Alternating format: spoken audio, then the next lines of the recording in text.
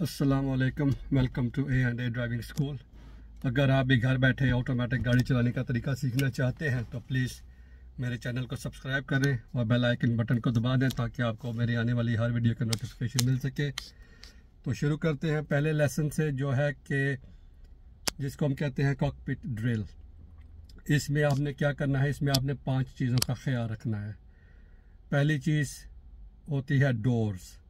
जब भी आप गाड़ी में बैठेंगे आपको पता होना चाहिए कि आपके डोर्स लॉक्ड हैं। अगर डोर लॉक नहीं है तो वो कैसे पता चलेगा।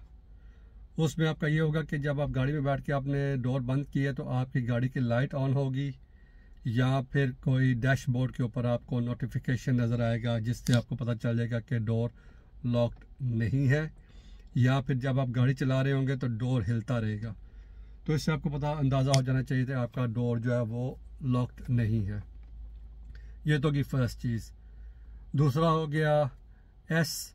तो एस आ जाता है आपका सीट के लिए।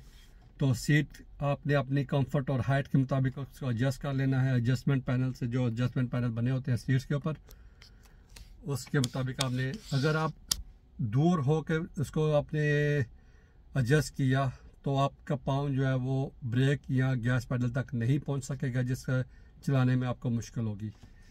और तीसरा जो तीसरी जो चीज़ है आपने करनी है वो स्टीयरिंग व्हील। तो आपने अपनी हाइट के मुताबिक स्टीयरिंग व्हील को भी एडजस्ट कर लेना है। स्टीयरिंग व्हील के यूजुअली नीचे उसका एक हैंडल लगा होता है जिससे आप स्टीयरिंग व्हील को एडजस्ट कर सकते हैं। फिर उसके बाद आ गया एस अगेन। सो 3 एस हो गए। तीसरा एस जो है वो है आपके लिए सीट बेल्ट का। तो आपने मेक श्योर करना है कि आपने जो सीट बेल्ट पहनी हो जब भी आप गाड़ी चला रहे हो। ये आपकी सेफ्टी के लिए बहुत ज़रूरी चीज़ है जो आपने लाजमी करनी है। उसमें आप उसको चेक कर सकते हैं सीट बेल्ट आपकी काम कर रही है या नहीं। अगर आप उसको शोल्डर के पास से पकड़ के तो एक ज़ोर से झटका दे के उसको करेंगे तो वो सीट बेल्ट आपकी लॉक हो जाएगी। अगर उसको आप आराम से करेंगे तो सीट बेल्ट लॉक नहीं होगी।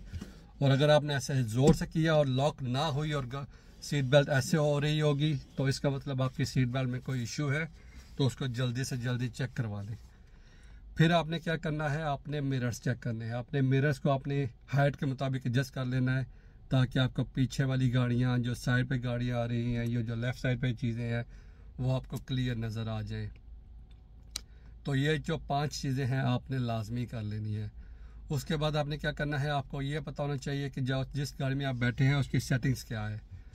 सेटिंग से मुराद उसकी जो इंडिकेटर्स हैं वो कहाँ पे हैं, अगर बारिश हो रही है तो उसके वाइपर कैसे ऑन करने हैं, या फिर उसका हॉर्न किधर है, या गियर बॉक्स वगैरह जो है वो कैसे एडजस्ट करने हैं। फिर आ जाएं आप गाड़ी की सेटिंग्स पे। तो आपको जो है गाड़ी स्पेशली जो है ऑटोमेटिक, उसमें आपको 2 पैडल नज़र आएंगे। एक ये जो राइट वाला पैडल है, ये वाला, ये आपका हो गया गैस पैडल, और ये वाला जो है ये हो गया आपका ब्रेक पैडल। ठीक है। मेरी गाड़ी पे जो है वो गियर बॉक्स जो है वो इस साइड पे है, ये आप देख सकते हैं, RND और ये P। अगर मैंने गाड़ी को ड्राइव में डालना है तो मैंने इसको जो है नीचे की तरफ कर देना है, और अगर रिवर्स में डालना है तो ऊपर की तरफ कर देना है। पार्क के लिए ये बटन दिया गया है, ये बटन। ऑटोमेटिक गाड़ी में आपने कभी N का वर्ड जो है वो इस्तेमाल नहीं करना, वो हम इस्तेमाल नहीं करते। ठीक हो गया। उसके बाद इस साइड पे आ जाए गाड़ी के, तो ये जो ऊपर वाला है ये इंडिकेटर, नीचे की तरफ ये जो लेफ़्ट इंडिकेटर, और ये बटन दिया गया है वाइपर्स वगैरह के लिए।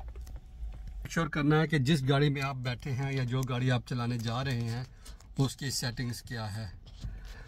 तो जब आपको इस बात का अंदाज़ा हो जाएगा कि आपको सेटिंग्स वगैरह और बाकी चीज़ों का सबका पता चल गया है, तो फिर आपने क्या करना है, आपने ये देखना है या आपने ये सीखना है कि ये जो गाड़ी के अंदर मिरर्स लगे होते हैं उनको कैसे इस्तेमाल करना है, उनमें क्या चीज़ें देखनी है, क्या चीज़ नज़र आनी चाहिए और वो कैसे असेस करनी है।